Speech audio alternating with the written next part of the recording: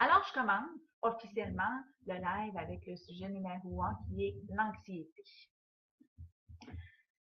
Alors, l'anxiété. C'est quoi l'anxiété? Ben, c'est encore une des multiples formes de stress. On vit dans un monde stressé. Ça finira jamais, je pense. Le stress apparaît sur une multitude de formes.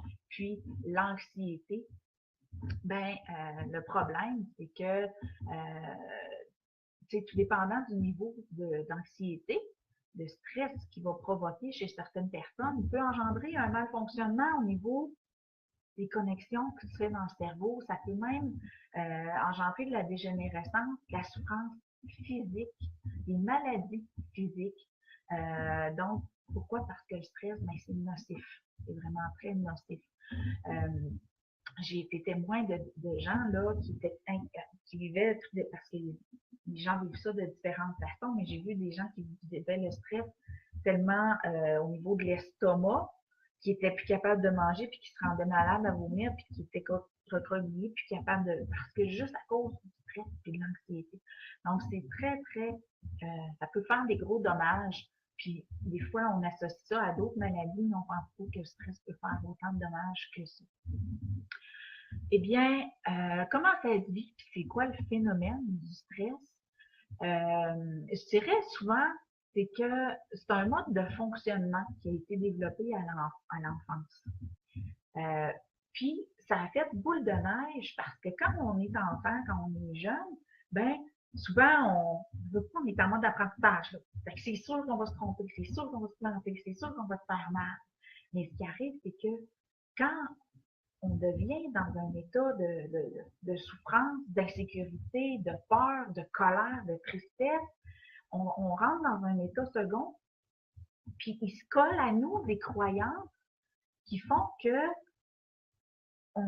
on s'handicape parce que ça crée des réflexes, ça développe des modes de fonctionnement qui nous handicapent, puis ça cause énormément d'insécurité puis de manque de confiance que la prochaine fois ou la prochaine épreuve ou la prochaine nouveauté qu'on va essayer, ben on va se planter. Fait que c'est quoi ce qu'il faut comprendre au niveau de l'anxiété, c'est que une fois encore, c'est l'ignorance du moment présent. Parce que qu'est-ce qui nous rend anxieux? C'est on sait qu'on s'est trompé dans le passé, on sait qu'on peut se faire très mal d'une façon X, puis on appréhende le futur. Donc, tout, quand je dis tout est illusion, là, je suis tannante que ceux qui me connaissent, ils m'entendent dire ça tout le temps, tout est illusion. Mais c'est vrai, même l'anxiété, autant mal que ça peut réussir à nous faire, même physiquement, l'anxiété, c'est quelque chose qui est vraiment paralysant, je dirais. Donc, ce qui est à développer, c'est d'être capable de prendre conscience de ça. Que la seule chose qui cause notre peur face au futur, qui n'existe même pas, c'est même pas vrai, c'est même pas encore arrivé, c'est nos expériences passées. Donc, en étant dans le présent puis en se disant, quand je me suis plantée dans le passé, j'étais très différente, j'étais pas la même personne, il y avait plein de choses que je connaissais pas, j'avais pas toutes les capacités physiques que j'ai aujourd'hui. Donc, d'admettre qu'on peut changer, évoluer, apprendre, s'améliorer, puis de se plonger dans le présent, puis de se dire, je suis toujours, à chaque jour, meilleure qu'hier, oh, ça rend la vie beaucoup plus légère, puis on avance beaucoup plus en confiance. Alors, comment est-ce qu'on peut prévenir les crises? Notre corps nous donne des petits indices. Ce qui est bon, quand je parlais tantôt de se connaître puis de s'observer, c'est bon d'être à l'écoute de soi quand on est, je sais pas moi, une situation X qui s'en vient. D'observer dans quelle partie de votre corps vous vivez votre stress. Moi, mon stress, je le sais par cœur, je le vis dans mon cou. Puis si c'est du gros stress, je fais du reflux gastrique. Bon. Donc, ça, c'est des petits signaux qui, des fois, tu n'as pas le temps de te rendre compte qu'un événement se rapproche. Mettons, je sais pas, moi, tu as une entrevue ou un rendez-vous chez le médecin ou peu importe que tu as pris il y a 2 mois, ton rendez-vous approche dans ton inconscient, il le sait que ton rendez-vous approche et si c'est un événement qui te cause du stress, déjà, il y a des symptômes qui commencent à coincer dans ton corps parce que ton système a développé un mode de protection. Donc, la machine est en marche. Dès la minute que tu as pris ton rendez-vous, si c'était quelque chose qui était pour être stressant, le mécanisme de protection est embarqué. Alors, jusqu'à quel niveau il va réussir à avoir un impact sur toi, tant que tu vas rester dans ton inconscient et que tu ne seras pas alerte, présent et conscient dans ton corps pour entendre les messages que ton corps va te dire. Hey, t'es stressé, hey, t'es stressé, tu aurais besoin d'un petit détente. Donc, ton corps, il t'envoie des petits signaux sur ce qui se passe dans ton intérieur et que ton ego souvent va alimenter avec ton mental, va dire, ah non, ça va être encore, ah non, je vais encore me faire mal, ah non, le colis, ah non, je vais encore l'avoir.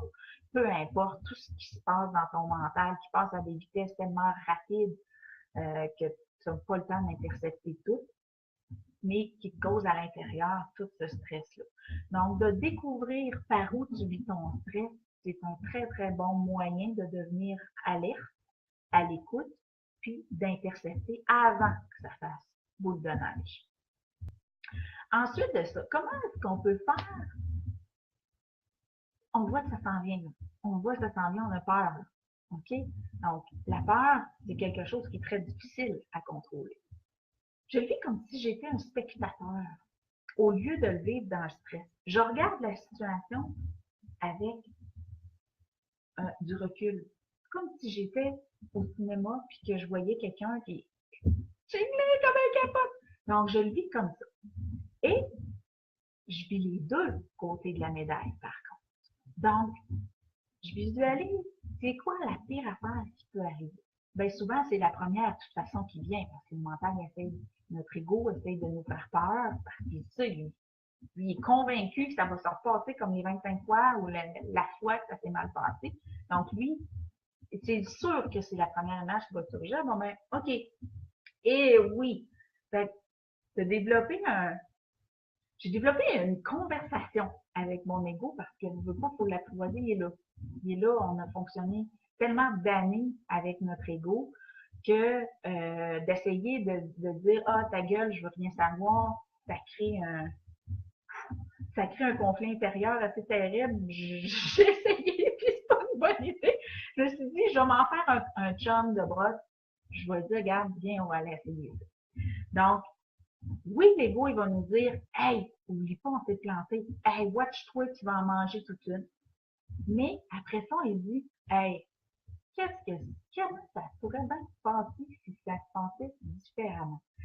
Comment est-ce que j'ai envie de me sentir la prochaine fois que je vais vivre ça? Comment j'ai envie que ça se passe? Donc, de visualiser, oui, le pire, c'est tout fait, mais de visualiser, de fermer ses yeux, de prendre le temps de se dire, OK, oui, ça peut se passer dedans, mais comment j'aurais envie, moi, que ça se passe pour émettre dans une image dans ta tête qui va te permettre de dire, hey, ça pourrait se passer comme ça. Parce que vu que ça ne s'est jamais passé comme ça, c'est sûr qu'il n'y a pas d'autre image à tourner à ton ego via ton mental. Il ne sait pas que ça existe. Donc, c'est de lui rentrer une image rassurante de la situation. Donc, tu fermes les yeux, puis tu plonges dans ton état de calme, puis tu regardes la situation comme si tu étais au cinéma. Si tu es capable, ben, tu ressens à quel point ça va être super. Plus tu impliques de sens dans ta visualisation, donc tu es capable d'avoir de te rappeler la saveur, là, tu vas avoir de la bave qui va se faire dans ta bouche. Si tu es capable de te rappeler comment tu es content, ben, tu vas te mettre à shaker ou tu vas avoir le cœur qui va palpiter plus fort. Donc, plus tu vas impliquer de sens dans ton histoire que tu vas te raconter dans ta tête, plus ta tête va y croire comme si c'était vrai. Et tu vas pouvoir avancer en confiance parce que tu vas dire, oui, je sais à quel point ça peut être hot quand je vais arriver là-bas parce que Dans ma tête, c'est clair. C'est comme ça que je veux que ça se passe. Pourquoi ça se passe pas comme ça?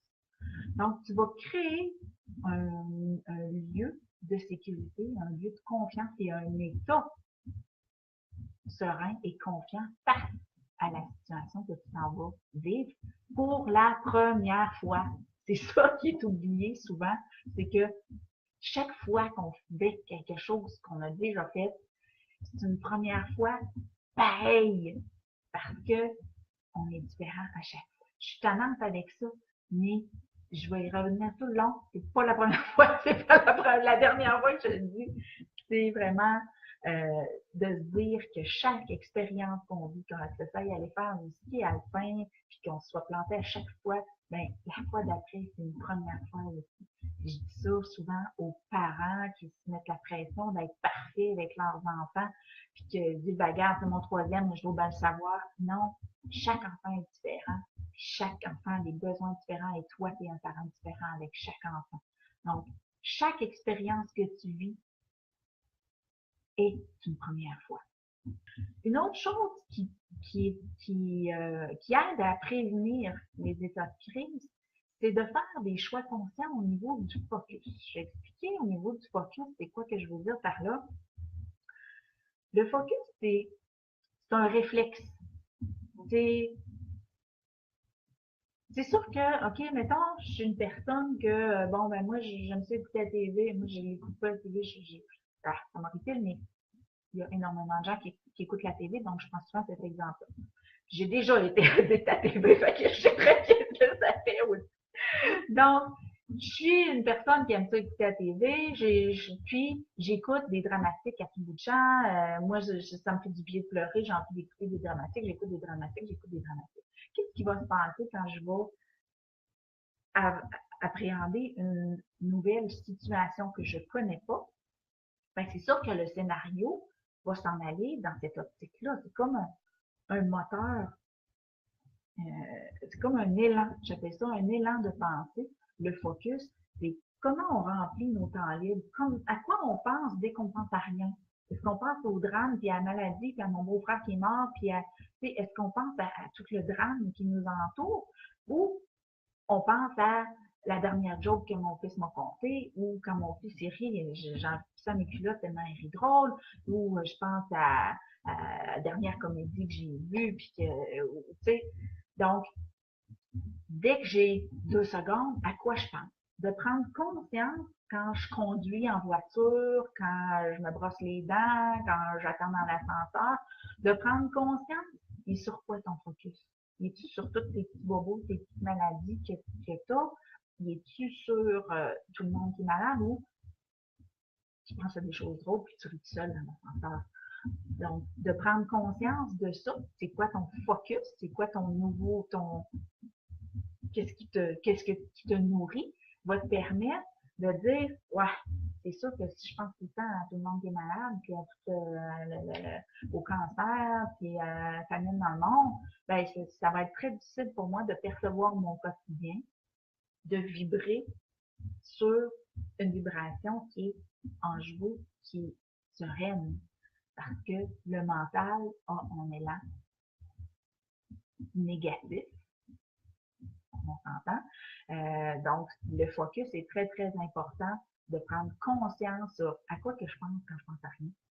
Est-ce que c'est ça, on reste tout le temps quelque chose, là, le peur, à moins, tu sais, comme moi, ça fait plusieurs années que je me plonge le plus possible dans le moment présent, mais regarde, le mental, on n'est pas des, on peut pas se lobotomiser, on peut pas, il y a des idées qui émergent, mais c'est ça, donc, au début, de se pratiquer à se plonger dans le moment présent, c'est d'écouter l'hamster, à quoi il carbure, puis d'y changer si on n'est pas content de ce à quoi on pense, puis qu'on fait beaucoup d'anxiété, puis qu'on a tendance à tout le temps plonger vers des creux, ben, on peut peut-être réorienter puis développer des nouveaux réflexes, d'écouter des comédies, de se brancher sur des films puis des comédies au lieu des séries où tout le monde meurt, puis ils sont malades, puis ils sont cocus, puis tout quoi. Je fais des efforts pour changer mon focus, je fais des efforts pour être à l'écoute des premiers signes qui vont surgir, mais je vais échapper, puis là, je suis dedans, je suis en état de crise, ou je sens que je file mal, la situation est rendue trop proche, je panique. Donc, comment est-ce qu'on réagit quand on est dedans? La clé numéro 1, là, la grosse clé numéro 1, là, c'est la respiration. C'est tannant, hein? On se fait tout à dire, on ne respire pas. Mais oui, oui, il y a un gros bénéfice en respiration. J'ai même pris une formation en Brain Gym, puis en Brain Gym, peu importe, parmi les 26 mouvements qu'il y a, à chaque mouvement, c'est quoi? C'est la respiration euh, qui aide à se recentrer et à se calmer. Donc, étape numéro 1, puis pour une respiration, de même, une respiration là, que tu gonfles toute ta bedaine, toute une grande respiration par le nez. Tu en prends quelques-unes, dépendant de ton niveau d'anxiété. Ça va te plonger dans un état beaucoup plus calme et ça va réactiver un petit peu ton activité neuronale parce que de trouver des solutions puis de réagir parce que le stress paralyse toute ton activité neuronale. Prendre du recul et ça dans tous les sens du mot. Bon, du recul, là, c'est wow, là, ok, là, je capote, là. Qu'est-ce que je peux faire? Donc, prendre du recul et prendre conscience qu'on s'est égaré du moment présent. La peur d'un futur qui n'existe pas du tout peut te faire du mal. Donc, tu prends conscience de ça. Tu paniques pas. Tu dis pas, qu'est-ce que tu vas faire? Tu prends conscience que, oups, ouais, c'est dans ma tête. Et tu te poses 3 questions. J'ai dit, j'en ai 3 petites questions, simples et faciles. Donc, tu prends tes respirations, tu dis, wow, ok, je le sais, là, ça va mal.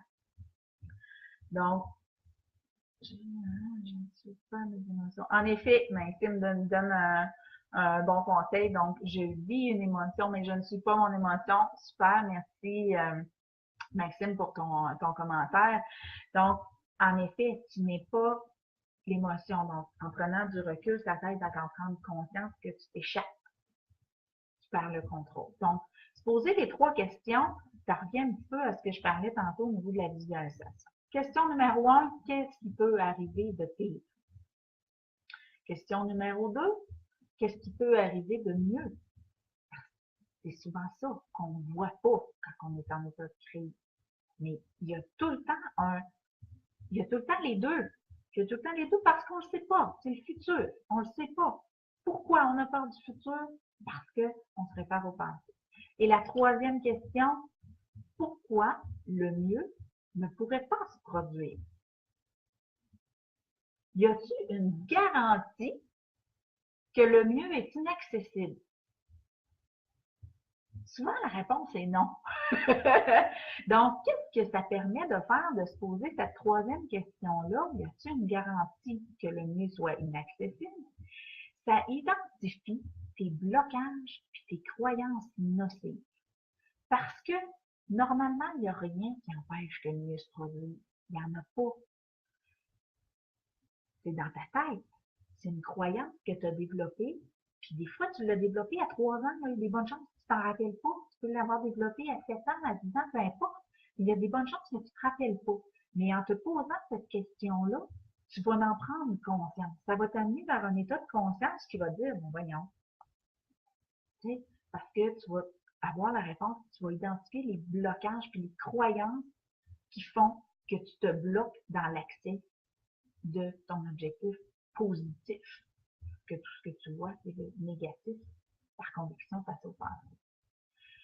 Et une fois que tu vas avoir identifié tes blocages, ben, il va te rester juste à faire un choix conscient d'explorer l'inexploré. Je ne sais pas si vous avez vu le film Hop avec le petit gars. Explorons l'inexploré!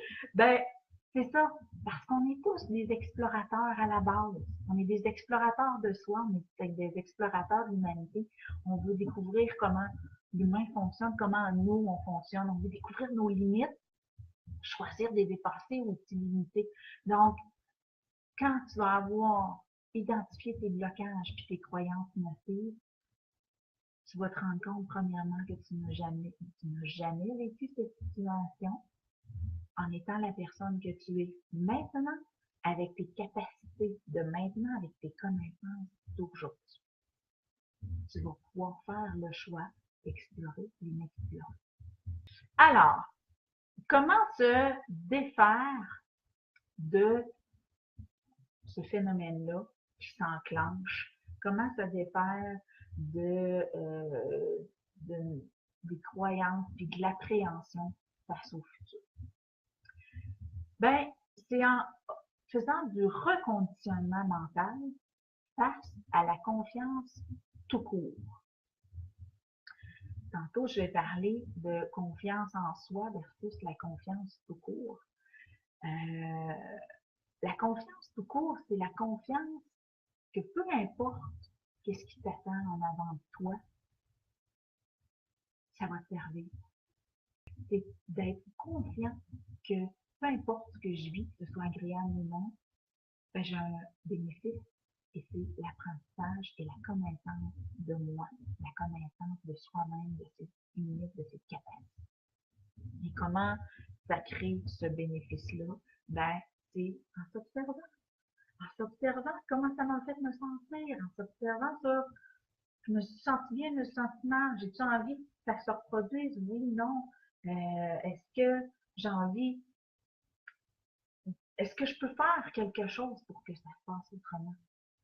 Donc, l'observation de soi, de ce qu'on a fait, puis de ce qu'on peut changer comme comportement pour espérer un résultat différent, ben, tout réside dans ça, c'est dans l'observation. Et je reviens à l'ego, accepter les conseils de l'ego en pleine confiance, en restant aux commandes. Donc, l'ego, il nous connaît par cœur, il se souvient souvent bien des choses plus que nous autres. C'est comme ça qu'il est très puissant. Excusez-moi, le robot. Donc, c'est comme ce qui le rend puissant, c'est qu'il a encore plus de mémoire que nous. Mais on l'écoute, on l'entend, on dit ah oui, c'est vrai, je me souvenais plus de ça. Donc, il te rappelle comment tu peux, à quel point tu peux te sentir mal, à quel point tu pourrais souffrir ou peu importe. Ben oui, je m'en souviens.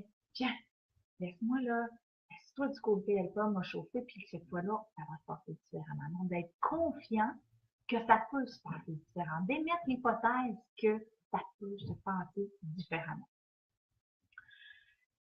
Ça se résume, ces comportements-là, à développer l'habitude de vivre dans le présent. Est-ce que vous avez des questions? André Moreau a dit d'arrêter de taper sur l'ego. Tout à fait. J'ai essayé de le tapocher, j'ai essayé de faire mal, j'ai essayé de l'éjecter, mais il a fallu que je fasse plein d'exercices de brain gym pour réharmoniser mes deux hémisphères puis apprendre à vivre. Donc oui, l'ego, c'est pas un ennemi, c'est un collaborateur. Faut juste pas le laisser aux commandes. Donc, il va nous parler, il va nous mettre des bâtons dans les roues, mais on lui dit merci, on l'accepte, on entend son message, puis on continue. C'est juste ça la différence, c'est qu'il faut s'en faire un allié et non pas un ennemi.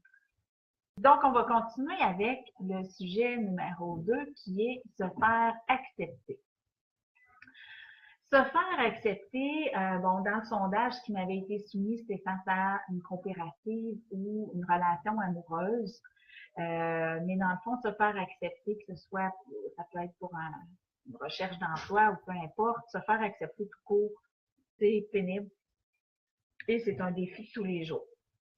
Pourquoi c'est un défi de tous les jours? Parce que, encore une fois, on a peur du futur, on a peur du rejet futur qui n'existe pas, qui est hypothétique, et souvent, on n'émet pas l'autre hypothèse que ça peut se faire tout seul. Donc, j'en viens à ce que je parlais tantôt, la confiance tout court versus la confiance en soi. Moi, ce que je crois, c'est que la confiance en soi, ça a été inventé par l'ego. Parce que, pour moi, la seule confiance qui existe, c'est la confiance tout court. Parce que quand tu as confiance en la vie, quand tu as confiance en tout ce que tu vis, puis que tout ce qui t'a été négatif ou que tu as vécu de désagréable ou de pénible, tu as réussi à tirer un avantage parce qu'il y a un apprentissage. Tu as appris que tu étais maladroit dans tes choses, tu as appris que tu étais que ça, tu trouvais ça difficile, ça, tu as appris que tu trouvais ça plat parce que tu n'as pas été capable, ou donc on découvre plein de choses. Donc, dès que tu as pris conscience que tout ce que tu as eu des échecs, ou peu importe comment tu vas appeler ça, que ça a généré un apprentissage, ben, tu avances en confiance parce que tu dis que toutes les autres places où tu vas continuer de te planter dans ta vie, tu vas avoir un autre bénéfice. Tu vas en avoir un autre tout le temps. Donc, c'est pas de la confiance en soi d'aller essayer quelque chose qu'on ne connaît pas. C'est la confiance tout court en le bénéfice d'une expérience de explorer l'inexploré. Encore une fois, c'est vraiment juste un état d'esprit dans lequel on choisit d'avancer dans le futur. C'est dans la recherche du bénéfice et non pas dans la recherche du résultat parce qu'on ne le connaît pas. Donc, si tu es confiant que peu importe ce que tu vas vivre, tu vas avoir un apprentissage qui va se vivre, tu as confiance en toi, tu tiens à utiliser la confiance en soi, mais c'est pas la confiance en toi, c'est ta confiance tout court que tu es capable. Jusqu'à maintenant, tu as survécu à tout ce que tu as vécu, puis je suis sûre que quand tu étais petit, tu arrivé des fois de dire « Oh, je serai jamais capable! » Moi, c'était d'apprendre des tables ou d'apprendre n'importe quoi. Il y a des choses qu'on s'est dit « Je serai jamais capable, je suis pas bon dans ça, ou c'est épouvantable, ou je vais me faire mal. » La première fois qu'on fait du ski, ou la première fois qu'on fait du vélo, puis qu'on s'en revient les genoux en sang, il y a plein de fois, tu t'es dit « Mon Dieu, je serai pas capable. » Puis « Oh, tu as survécu, puis à ça, tu te dis « My God. » C'est pas la mer à boire, c'est pas la fin du monde. Mais tout dépendant comment tu as réagi à toutes ces premières fois-là, c'est ce qui a développé ta personnalité, ton comportement et ton attitude face à la nouveauté maintenant. Parce que tu n'as pas pris conscience que tu avais tendance à beaucoup appréhender le futur à cause justement de l'anxiété et des choses comme ça. Quand on arrive à se faire accepter, ce qui est important, c'est quand on va pour un emploi, quand on va pour rencontrer un first date, une amie, un gars, whatever, c'est de croire puis de connaître sa propre valeur. Et ça, c'est pas être égocentrique, c'est pas s'enfler la tête, c'est pas rien de tout ça. Ça, c'est toutes des choses, des valeurs, des choses véhiculées encore là par l'ego puis la société qui se donne pas le droit d'être. Malheureusement piégé dans, je sais pas si ça vient de la religion ou quoi que ce soit, mais connaître ta propre valeur, ça veut dire que tu es conscient que tu es unique et que tu ne peux toujours qu'agir au meilleur de toi-même, au meilleur de tes connaissances. C'est tout ce que tant qu'on ne sait pas quelque chose, on ne pouvait pas le savoir. OK? Donc, on peut être maladroit. On peut, en plus, quand on va rencontrer quelqu'un, ben, on se demande comment il faut qu'on agisse pour que ça ne marche pas. La seule chose qu'on contrôle, c'est nous. Donc, de connaître ta propre valeur, de connaître premièrement que tu es unique, de connaître que quand tu rencontres quelqu'un, surtout là, quand je parle là, dans le sondage, on parlait de faire accepter pour un condo, mais moi j'ai vu ça beaucoup comme une entrevue pour un job. Tu dois arriver en avant de la personne et te dire que tu viens pas quémander. Tu viens pas faire la charité. Tu viens pas mendier une approbation. Tu sais pas ce que la personne veut. Ce que tu dois savoir, c'est ce que toi tu veux. Tu viens lui donner l'opportunité d'entrer dans sa vie. Donc, tu changes la balle de camp. Tu dis, moi je sais que j'agis au meilleur de moi-même et je sais que le meilleur de moi-même, ça va toujours être mieux à tous les jours. C'est inévitable, c'est un fait. Donc, si la personne me demande quoi que ce soit, je vais avoir le choix de devenir capable ou de ne pas devenir capable, puis je vais être capable de demander des ressources pour le devenir. C'est un choix, ça. C'est des choix de s'améliorer ou d'avoir les limites. Donc, peu importe ce que la personne attend de toi, tu le sais pas. Peu importe comment tu vas pouvoir y démontrer que tu as ce qu'elle attend, tu le sais pas non plus. Donc, pourquoi te mettre la pression de vouloir essayer de faire toutes les tourloupettes du monde pour essayer de plaire à la personne? Parce que, inévitablement, tu ne seras pas toi-même, tu vas faire l'effet de la séduction, n'importe, puis tu vas te planter, c'est inévitable. Donc, l'optique de l'entrevue, que ce soit une entrevue pour une blonde, pour un homme d'affaires ou peu importe, tu te dis que si tu as un impact, encore là, et en confiance tout court, tu te dis que si tu as un impact à avoir sur cette personne-là, ton langage, ton être, ce que tu es, ce que tu véhicules, va rentrer dans son monde. Si il ne t'entend pas, ne te voit pas, il ne te perçoit pas comme tu es et comme ce que tu véhicules, peu importe le contexte, ça ne marchera jamais. Vous n'êtes pas capable de rentrer dans le même monde, vous ne communiquez pas, vous ne parlez pas le même langage. Donc, c'est sûr que on oublie quand on est devant quelqu'un et qu'on tente de se faire accepter, on oublie que dans une relation, c'est jamais à sens unique. C'est dans les deux sens. Donc, oui, tu veux te faire accepter par la personne. Mais oui, il faut que la personne soit à ton écoute, soit capable de te percevoir.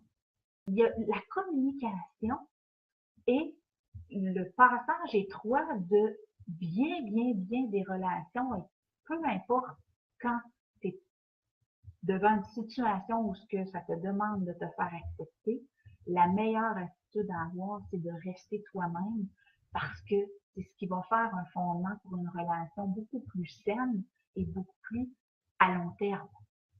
Oh, j'ai une grosse question. Je vais prendre 2 petites secondes. Je ne comprends pas le mécanisme de dissolution de l'ego. OK. Je vais essayer de répondre à ta question, Christian. Comment se dissocier de l'ego, puis comment passer à côté du phénomène de narcissisme? L'ego, OK, de quoi il est constitué? Il est constitué de tes croyances et c'est ce que tu crois que tu es. Donc, tant que tu vas croire que tu es tes erreurs, tant que tu vas croire que tu es, je sais pas moi, les choses qu'on a souvent la misère à se détacher, c'est des choses négatives qui sont palpables et percevables par les gens parce que les gens sont comme toujours notre approbateur d'identité. Donc, c'est sûr que si tu es un alcoolique, si tu es un drogué, si tu si t'étais ou peu importe, ben, tu vas toujours penser que tu peux pas être autre chose que ça. Ce que tu dois émettre comme hypothèse dans ta tête, c'est que avant que tu fumes ton premier joint, avant que tu boives ta première bière, avant que tu deviennes ça, t'étais quoi? T'existais, t'étais au monde, t'étais sur la terre, t'étais vivant, tu étais tout court. Donc, pourquoi tu pourrais pas redevenir autre chose? Donc, tu étais un pas ce que tu as cru que tu étais. Tu es devenu ce que tu crois que tu es maintenant. Ben, tu pourrais encore être autre chose. Moi, j'ai été toutes sortes d'affaires. J'ai été une bipolaire, j'ai été une dépressive, j'ai été les gens pensaient sérieusement que j'étais alcoolique à une époque. J'ai été toutes sortes de choses, mais j'ai choisi de ne pas m'en faire une identité. Donc, Maxime aimait que moi, je dis que l'ego, c'est ce que tu crois que tu es. Maxime soulève le point que tu es la personnalité que tu t'es forgée. C'est une autre façon de voir les choses. Il y a plusieurs façons d'aborder le thème, le sujet de l'ego, mais à la base, c'est une croyance. L'ego est conçu à partir de croyances que tu as achetées. Je dis toujours acheter parce qu'il y a un prix épouvantable à payer sur les croyances. Donc, dès la minute que tu vas prendre conscience des croyances qui peuvent être associées à ça, tu vas pouvoir commencer à t'en libérer. Et c'est sûr que si tu fais juste dire que tu n'es plus ça, ben, c'est quoi? Le subconscient va chercher à combler ce manque-là. Le subconscient, il peut pas dire juste je ne suis plus, il va mourir, puis ton ego va avoir la chienne, puis il va revenir en force pour te faire retomber dans tes croyances. Donc, trouve ce que tu as envie d'être. Trouve comment tu as envie de te sentir. Et c'est là que tu vas pouvoir réorienter ton focus. Est-ce que tu es un artiste? Est-ce que, excusez-moi, est-ce que tu es quelqu'un qui peint, qui chante? Trouve un divertissement qui va pouvoir te donner l'occasion de te coller une autre étiquette. Si l'étiquette c'est clown, ben ça sera clown. Tu comprends-tu que tu dois remplacer l'étiquette que tu crois que tu es pour dire à ton ego, OK, on est ça maintenant. Ça va le rassurer, puis il va travailler avec toi pour renforcer cette image-là que tu t'es choisie. Si vraiment tu veux pas, tu n'as pas la capacité pour l'instant de vraiment te dissocier de l'ego puis te dire je suis simplement, ben, si tu as besoin de dire je suis un ça ou une ça, ben remplace ce que tu crois que tu es par autre chose. Et ça, tu as des ressources innombrables dans ton passé. Si tu es dans l'ego, c'est là que tu vas trouver tes ressources. Tu as des ressources innombrables dans ton passé qui vont dire, hey, c'est quand, y a-t-il des fois où ce que j'ai été fière de moi? Y a-t-il des fois où ce que j'ai réalisé quelque chose? Y a-t-il un moment donné un dessin que j'ai fait? Ou quand est-ce que ça a-tu arrivé que ma mère était fière de moi? Ou qu'un de mes chums m'a dit, hey, c'est bien hot, c'est bien cool. Ou... Donc, replonge-toi sur ces petits moments-là et tu vas dire, ah ben moi, je suis quelqu'un de cool. Tu vas choisir ta nouvelle identité qui va te permettre de t'éloigner graduellement de celle que tu ne veux plus avant de réussir à vraiment te dissocier du... Ça va être plus facile de te faire un ami de ton ego si tu as de l'amour, si tu vis ta relation avec ton ego dans l'amour de toi. Parce que souvent, quand on a un conflit avec l'ego, c'est parce que on n'aime pas du tout ce que l'on croit que l'on est. Donc, en développant une relation d'amour avec ce que tu crois que tu es, tu vas pratiquer à t'aimer. Les conflits. C'est quoi un conflit? Tantôt, je disais, il y en a qui veulent les éviter à tout prix. Moi, un conflit, je vois ça comme une occasion. Je vois ça comme une opportunité d'une prise de conscience. Donc, oui, c'est plate. Oui, c'est pas le fun d'être dans une situation de conflit, mais c'est une super de belle occasion pour toi de te connaître, de te découvrir, puis de mettre le doigt, donc de faire une prise de conscience sur un bobo que tu n'as pas encore réussi à guérir. Et, ce qui est intéressant, un conflit, c'est le témoignage qu'il se produit un manque d'amour de soi. Et ce manque d'amour de soi-là peut être autant chez toi que chez l'autre, que chez les deux. Donc, moi, je suis contente quand j'ai l'occasion de me rendre compte que je manque d'amour de moi et que je m'oublie. Donc, un conflit, c'est non seulement une occasion de faire une prise de conscience, mais c'est aussi le témoignage qu'il y a un manque d'amour de soi à quelque part. Dans une situation de conflit, premièrement, tu es craqué, tu dis rarement ce que tu veux dire clairement. Puis en plus, l'autre, il entend même pas ce que tu dis anyway. Ça sort tout proche, puis la plupart, la grosse majorité des conflits partent d'un malentendu parce qu'on parle pas le même langage. Ça se rend pas. Fait qu'est-ce qu'on fait dans une situation de conflit? On prend conscience que tu t'es gardé présent, encore une fois, que tu as peur d'un futur qui n'existe pas. Donc, c'est toujours la même chanson. C'est juste abordé différemment. Parce que l'ego a peur d'avoir tort. Parce que s'il y a tort, là, pour lui, dans sa tête, c'est comme si elle allait mourir. Ce qui fait que les conflits font tellement de flamèche, c'est que c'est deux égos qui s'affrontent. Donc, tu as peur, encore une fois, de perdre ton identité. Tu as peur d'un futur qui n'existe pas. Tu as peur de te tromper, tout simplement. L'ego, là, il est très taquin, là, parce que tu n'es pas tes idées, tu n'es pas tes actions, tu n'es pas tes dires, tu n'es pas tes comportements, tu es, c'est tout. Donc, c'est pas important d'avoir raison. C'est le fun de se péter les bretelles, mais c'est pas important en toi. Comment est-ce qu'on peut réagir à une situation de conflit? Je suis sûre qu'il y en a qui savent la réponse. Étape numéro 1, la respiration. Donc, prendre une grande respiration, 2, 3 et du recul. Donc, encore une fois, l'étape numéro 1, c'est tout le temps la même chose. On s'égare du présent. Comment est-ce qu'on se ressent? C'est en respirant, tout simplement. Et en prenant du recul dans tous les sens du mot. Et cette fois-là, j'ai deux questions en situation de conflit, puis vous allez trouver très drôle les réponses. Question numéro 1, qu'est-ce qui peut arriver de pire? Ça, vous la connaissez, mais quand tu vas répondre à cette question-là, c'est quoi qui peut arriver de pire? Soit que tu aies tort, ou que tu aies raison, mais qu'on ne t'ait pas écouté. La question numéro 2, qu'est-ce qui peut arriver de mieux? Que tu aies raison et qu'on t'ait écouté, ou que tu aies eu tort et qu'on t'ait pas écouté. Est-ce que tu es vraiment perdant dans une ou l'autre des situations?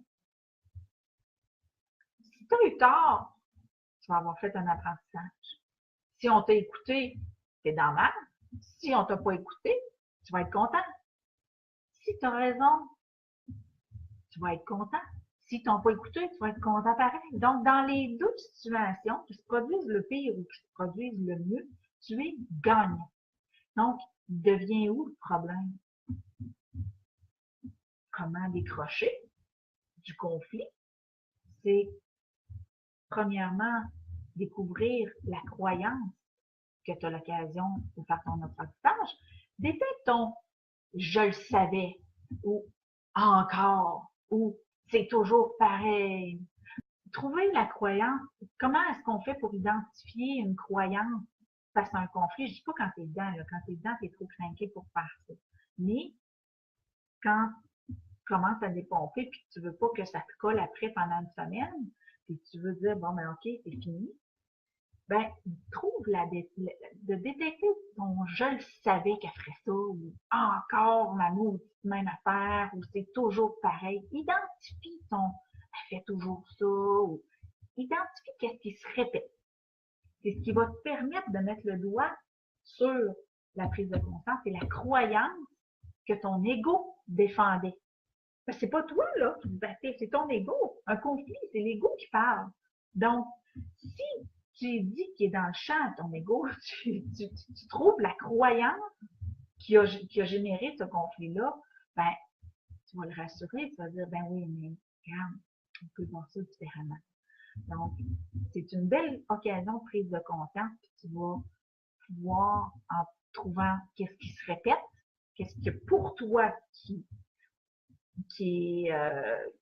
qu'est-ce qui pour toi cause l'irritation, et tu vas pouvoir détecter quel morceau de ton ego tu as besoin de remplacer, quel morceau de ton ego tu as mis dans ton avancement. Là, vous allez trouver que je suis folle, là, mais je l'ai expérimenté, puis c'est ce qui fait que je mets du confetti dans ma vie à tous les jours. Alors, l'autre étape pour comment décrocher, c'est trouver la perfection dans la situation. La perfection dans une situation de conflit, vous allez dire, je suis folle, mais il y a plusieurs agents, plusieurs éléments qui vont créer un conflit. Ça peut être plusieurs intervenants qui agissent de X façon. Ça peut être un mot précis qui t'a fait starter au corps de tour. Donc, de détecter qu'est-ce qui se répète puis qu'est-ce qui est récurrent va te permettre de voir ton apprentissage et va t'aider à voir la perfection de la situation. Tu vas dire, j'ai réussi à entendre ça, j'ai réussi à voir ça, parce que toute situation qu'on vit, on le vit en mode perfection et peu importe tous les éléments qui ont dedans, c'est ce que toi tu as choisi de percevoir de cette situation-là qui crée ta réalité.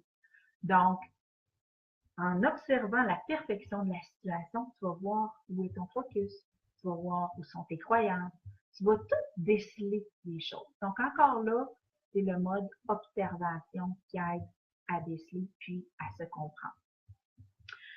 Une autre étape à franchir pour comment décrocher, pose-toi, ça c'est mon petit truc magique, pose-toi une ou plusieurs questions qui commencent par « et si ». Et ça, c'est parmi les plus grandes révélations que j'ai vécues dans mes expériences passées qui ont été les plus douloureuses, c'est quand j'ai mis un « et si » en avant d'une phrase puis que j'ai mis des hypothèses. Quand tu dis « et si », donc je te donne des exemples de phrases qui commencent par « et si ». Et si, elle voulait dire complètement d'autre chose que ce que j'ai entendu. Et si je me trompais? Et si j'avais pas compris comme il faut son point de vue? Et si, donc, des questions comme ça qui ouvrent des hypothèses. Parce que veux pas, là, l'ego, là, il y a des œillères, là. Tu as sûrement vu déjà un cheval dans la rue avec son petit gus, là, l'ego, il est comme ça parce qu'il se limite à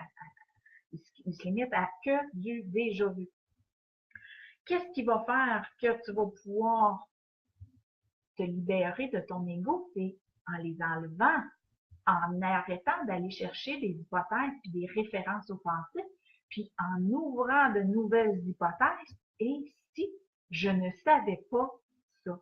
Et s'il y avait quelque chose que j'avais pas encore compris, découvert, ou et si je pouvais tout simplement voir la situation différemment? Donc, de se poser quelques questions ici permet d'accentuer le recul qu'on prend face au conflit et de se rendre compte que tout ce qu'on défendait, c'était une croyance qui était dans notre ego.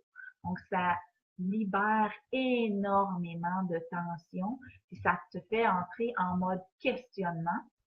Et quand tu es en mode questionnement, ton activité neuronale est beaucoup plus fonctionnelle que quand tu es plongé dans l'émotion. L'émotion bloque toute activité parce que c'est un stress, une émotion, ça cause un stress physique et ça t'empêche de trouver des solutions et de te libérer de ton émotion. Donc, tu prends tes respirations, tu identifies le bobo et tu te poses quelques questions qui commencent par « et si », puis tu vas faire « My God, pourquoi je m'en fais autant avec ça? » Je te recommande de l'essayer. Tu m'en donneras des nouvelles, que ce soit en commentaire, contacte-moi sur Facebook ou peu importe. Tu me redonneras des commentaires. Essaye ce concept-là. Et le dernier conseil sur comment décrocher, ta job, ta vraie job dans la vie, c'est d'évoluer. That's it, that's all. Donc, lâche prise. Pas important d'avoir raison. Tout ce que ça va faire quand tu vas avoir tort, c'est que tu vas avoir appris quelque chose de nouveau. Donc, le lâcher prise, c'est prendre conscience que tu es ici pour évoluer. Si tu apprends quelque chose, tant mieux. Si tu n'apprends rien, tu n'apprends pas rien, mais d'avoir raison avec quelqu'un, pas important. Parce que tous les deux, vous allez faire un apprentissage quelconque. Toi, tu vas apprendre soit que tu avais raison ou tu avais tort, puis l'autre aussi. Mais as-tu besoin d'en avoir la preuve de qui avait raison, qui avait tort? Ton apprentissage va être sur quelle croyance tu voulais défendre et quel morceau de ton ego tu choisis de mettre de côté. Alors, je suis sûre qu'il y a plein de commentaires, ça nous informe sur notre blessure qui est ravivée. En effet, quand on parle de l'ego, quand on parle de, merci Maxime encore une fois, quand on parle d'un morceau de Lego, moi je suis beaucoup dans, quand je parle de Lego, je vois des blocs Lego, puis un Lego qui s'est construit avec ça. C'est pour ça que je dis quand il y a un morceau qui s'enlève. Donc oui, le morceau qu'on enlève souvent est relié à une blessure puis un bobo qui n'est pas encore guéri.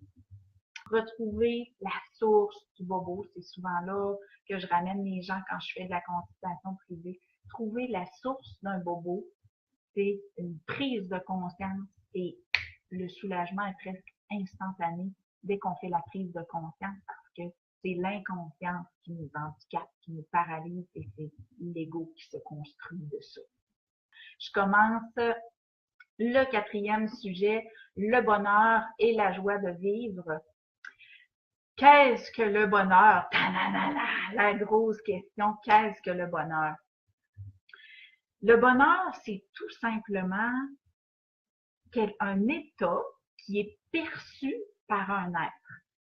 Il est différent d'un être à l'autre. Ça change d'une personne à l'autre. Le bonheur, c'est un ensemble de composantes qui forment un tout, qui correspond au concept de bonheur du perceveur. Donc, toi, tu as un ensemble, ton concept de bonheur à toi, il est très précis. Et souvent, le concept de bonheur ne correspond, il est limité qu'à des éléments positifs. Donc, dans ta tête, toi, tu as un concept unique du bonheur qui est composé probablement que d'éléments positifs. Donc, un contexte, une situation, des gens, un environnement, un senti, des sens, tout le package deal, là, c'est ton concept à toi. Et pourquoi c'est si difficile à atteindre? Parce que malheureusement, il y a très peu de gens qui sont capables de voir que la perfection dans que la perfection et que des éléments positifs, surtout dans leur quotidien. Mais c'est possible. C'est possible que à tous les jours, sois capable de percevoir du positif, ne serait-ce que là, présentement, je suis bien. Il se passe rien de mauvais, rien. Je suis bien. De prendre conscience de tous les petits moments où est-ce que tu vas pas mal, tu vas te rendre compte pas mal que tu es pas mal plus heureux que malheureux. Mais on s'en rend pas compte. Quand on est au neutre, on trouve ça que on s'en rend même pas compte de notre neutre. On se rend compte quand ça fait mal, par exemple. Et si on n'est pas vigilant sur notre focus, ben ça va mal, ça devient notre focus. On se concentre sur tous les bobos, les malheurs, puis maudit, elle m'a raccroché au nez, puis on focus sur ce qui va mal. Fait qu'on a l'impression que tout va mal. Donc, de choisir de focusser sur le neutre ou ce qui va bien, ben, tout ça, là, c'est rare que ça va, que la balance n'est pas équitable au minimum. Donc, c'est ce que je veux conscientiser les gens, c'est de leur apprendre que le bonheur, c'est un état d'esprit, c'est une façon de fonctionner, c'est pas quelque chose qu'on achète à l'épicerie, c'est pas quelqu'un qui va te le fournir, c'est pas ton chum ou ta blonde qui a la clé de ton bonheur. C'est pas ta mère, ton père, tes enfants qui ont la clé de ton bonheur. C'est juste toi, parce que juste toi qui connais ta recette. Quand j'expliquais tantôt ton concept à toi d'éléments positifs combinés, là, ta recette à toi, il y a juste toi qui la connais. Fait que même si ton chum, ta mère, ton blonde, tes enfants veulent t'offrir ton package deal, là, comme dans le film, là, le Quan. Fait que si quelqu'un veut t'offrir ton Quan, il n'y a personne qui le connaît, ton Quan, il y a juste toi qui le connais. Fait que ça ne donne rien de le chercher ailleurs. C'est à toi de choisir d'orienter ton focus, ta perception sur ce à quoi tu aspires. De focuser sur comment tu veux te sentir. Donc, c'est sûr que quelqu'un qui a tendance à focuser beaucoup sur ses bobos, ses maladies, qui a mal partout et tout ça, ben, je vais lui recommander de faire de la méditation. on l'oublie. Moi, j'étais tellement endolorie. J'ai passé une étape de ma vie où j'ai dormi assis pendant plusieurs années parce que j'avais trop de douleur. Ben, il a fallu que j'aille en hypnose pour me faire revivre c'était quoi être confortable dans son corps, pour me faire revivre c'est quoi être bien, puis juste rien, là. Pas de douleur, pas de mal, pas de pleurs, pas de, tu sais, le neutre. Juste me ramener au neutre. Puis, il y a beaucoup de gens qui ne s'y attardent pas ou qui ne le vivent plus. Donc, moi, tu sais, je vais recommander beaucoup la méditation ou même l'hypnose, qui met dans un état où tu as souvent oublié, on oublie qu'on peut se sentir comme ça parce qu'on s'y attarde pas. Donc, l'état d'hypnose, l'état de méditation, euh, c'est, ça devient à un moment donné une drogue parce que tu dis, il y a même, tu sais, des fois, je voulais pas revenir, je voulais pas revenir, j'étais trop bien, j'étais comme, je me rappelais plus ce que ça faisait dire de se sentir bien dans son corps, de se sentir au neutre, de pas avoir mal, de pas avoir de peine, puis de pas avoir une armure aussi, parce que je veux pas, moi, c'était ma problématique était beaucoup au niveau de l'armure que j'avais, je m'étais enfermée dans une armure épouvantable, mais l'armure était pesante en tabarnouche. Fait il a fallu que j'aie recours à l'hypnose, puis à de la méditation de plus en plus régulière pour me refaire parce que mon ego m'avait convaincu que tout ce que j'étais douleur et maladie, là. Donc, c'est vraiment très, très, très important de prendre conscience que le bonheur, c'est un état d'esprit, c'est un état de senti. Et qu'est-ce qui permet de s'y plonger? Ben, on a choisi de s'incarner. Donc, l'âme, elle est toujours bien, elle explore avec son corps. Et comment est-ce qu'elle peut explorer avec son corps le senti, les vibrations saines, agréables, puis du nanan en vécu en là, ben c'est quand toi, tu vas faire le choix de te connecter sur ces vibrations-là, de te plonger dans cet état-là et de le vivre. Donc, pense au phénomène que ton corps est ton outil et soit parce qu'il te parle et qu'il te fait mal, tu as fait la sourde oreille et il a besoin de parler plus fort, ou parce que tu as oublié que tu pouvais te sentir bien, mais il faut trouver des trucs, et je peux pas le faire, c'est un live, mais en consultation privée, on creuse puis on retrouve ça. C'est quoi la source? Qu'est-ce qui fait que tu t'es bloqué cet accès-là à ton bien-être puis à ton état de sérénité? Qu'est-ce qu'est-ce qui peut t'aider à t'y replonger. Donc, c'est sûr que de la respiration, de prendre conscience, là, commence par au moins 5 fois par jour, prends-toi des points de repère. Matin, je sais pas moi, avant de te brosser les dents, ou avant de débarquer du lit, avant de te brosser les dents, avant de manger, ton 3 repas, puis avant de te rebrosser les dents le soir, puis avant de te recoucher. Donc, tu as déjà 7 repères faciles où ce que tu peux te dire, je prends une grande inspiration. Idéalement, 3. Ça va. C'est sûr que la première journée, tu verras peut-être pas de différence. Ça arrive que oui, mais en développant cette habitude-là de respirer, ça va devenir une drogue. Ça va devenir vraiment, tu vas y prendre goût à cet état de bien-être-là. Donc, quelque chose d'aussi simple que de respirer va t'amener dans un état où est-ce que tu vas te souvenir, tu vas laisser de la place à, tu es capable de faire le vide en même temps, fermer tes yeux puis faire le vide en même temps, mais c'est encore mieux. Mais si tu fais pas le vide, focus sur une image qui va te faire sentir bien. Imagine une plage, imagine que tu es dans une montgolfière, que tu voles, que tu fais du bungee, peu importe. Donc, soit tu fais le vide ou soit tu te mets des images de sérénité ou dans l'endroit que tu es dans des couvertes en pyjama doudou ou dans un, je sais pas moi, dans des nuages ou peu importe. Donc, mais alimente-toi de ce qui te fait sentir bien et c'est comme ça que tu vas arriver à devenir, changer ton mode de fonctionnement et tu vas apprivoiser ton bonheur, tu vas le domestiquer, tu vas te le rendre de plus en plus accessible d'une façon régulière et facile. Donc, je dis pas que la vie est toujours drôle, et je dis pas que la vie est toujours facile, mais je dis que le bonheur, c'est un état d'esprit et qu'il y a des moyens pour y accéder. Et ça, c'est dans l'acceptation, pas de soi, de ce qui est. L'acceptation de ce qui est. Pourquoi on est stressé? Pourquoi on est malheureux? Qu'est-ce qui cause à la base l'inconfort ou de dire la vie est plate, la vie est poche, ou je m'emmerde, ou je me fais chier, je suis écœurée, c'est pas pareil? Qu'est-ce qui nous amène dans ça? C'est qu'on focus sur du déjà vu plate. OK, à la base, c'est très malade.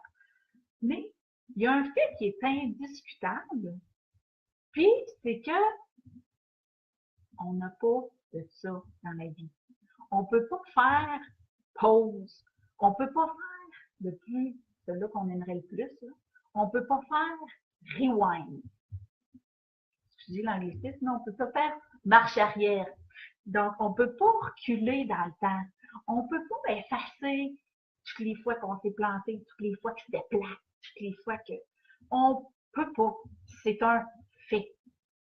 Donc, qu'est-ce qui fait qu'on est aussi crainqué, puis qu'on est aussi triste, puis qu'on est aussi malheureux? C'est parce qu'on se dit, Colin, j'aurais donc dû, j'aurais voulu, j'aurais aimé, j'aurais... On est dans le passé, on est dans le passé, on est dans le passé. En acceptant ce qui est, il te reste quoi? Tu vas être en maudit après quoi? Tu peux plus être fâché après rien. Parce que tu dis, ouais, c'est ça, c'est fait, je peux plus rien changer. Qu'est-ce que je peux faire maintenant?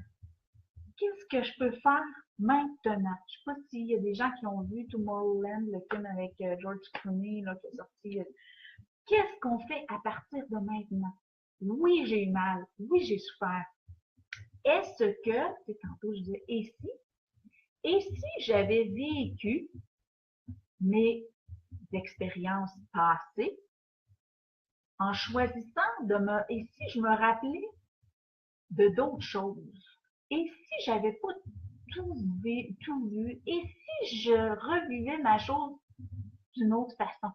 On peut pas faire rewind, mais on peut choisir de transformer une expérience qui a été désagréable ou pénible en quelque chose de bénéfique.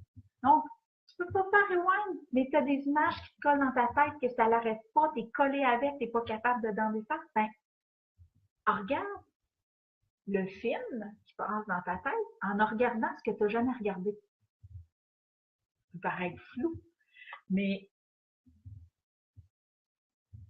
revois la situation en te demandant qu'est-ce que tu n'as pas vu, qu'est-ce que tu n'as pas compris. Parce que dans le fond, c'est ça qui se produit. Pourquoi que ça colle autant?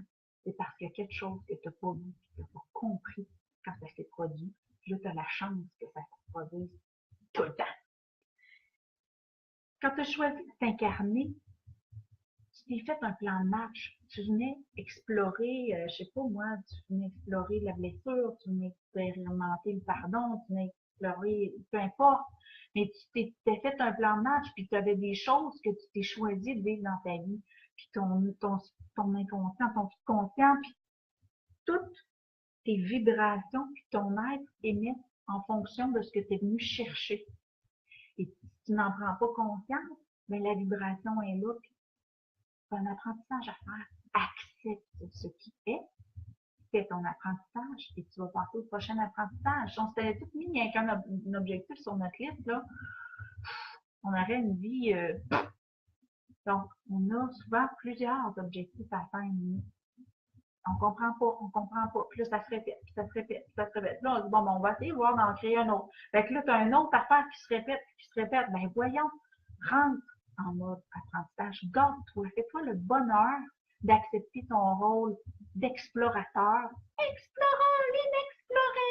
Fais-toi ce cadeau-là d'accepter ton rôle d'explorateur, de dire merci à ce qui s'est passé, d'accepter ce qui s'en vient, d'être confiant tout court, donc d'avoir confiance tout court en ce qui s'en vient, et tu vas vivre ta vie avec une légèreté beaucoup plus agréable, beaucoup moins pénible.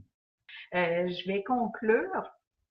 Allez visiter l'école. Il y a beaucoup de contenu aussi sur mon site web. Puis, bien sûr, aimer et partager la page de contactmoi.ca parce que c'est là que je fais les publications pour les lives et toutes mes activités. Puis, la page événements de mon site web est très complète. C'est encore plus complète que la page Facebook. C'est vraiment là, je mets les détails, les heures, les lieux et tout ça. Donc, c'est plus complet là, au niveau des événements qui s'en viennent parce que je veux pas, je fais des activités en Beauce, je fais des activités à Québec, je fais des activités un petit peu partout. J'ai maintenant un local à Sainte-Marie pour les consultations aussi. Donc, ça va bouger beaucoup, beaucoup en 2018. Fait que, en s'abonnant à notre poulet, vous allez être au courant de tout. Donc, merci beaucoup à tout le monde. Je vous souhaite bon appétit. C'est quasiment l'heure du souper. Je vous souhaite beaucoup de plaisir et bien sûr tout plein de confettis. Merci, bye bye.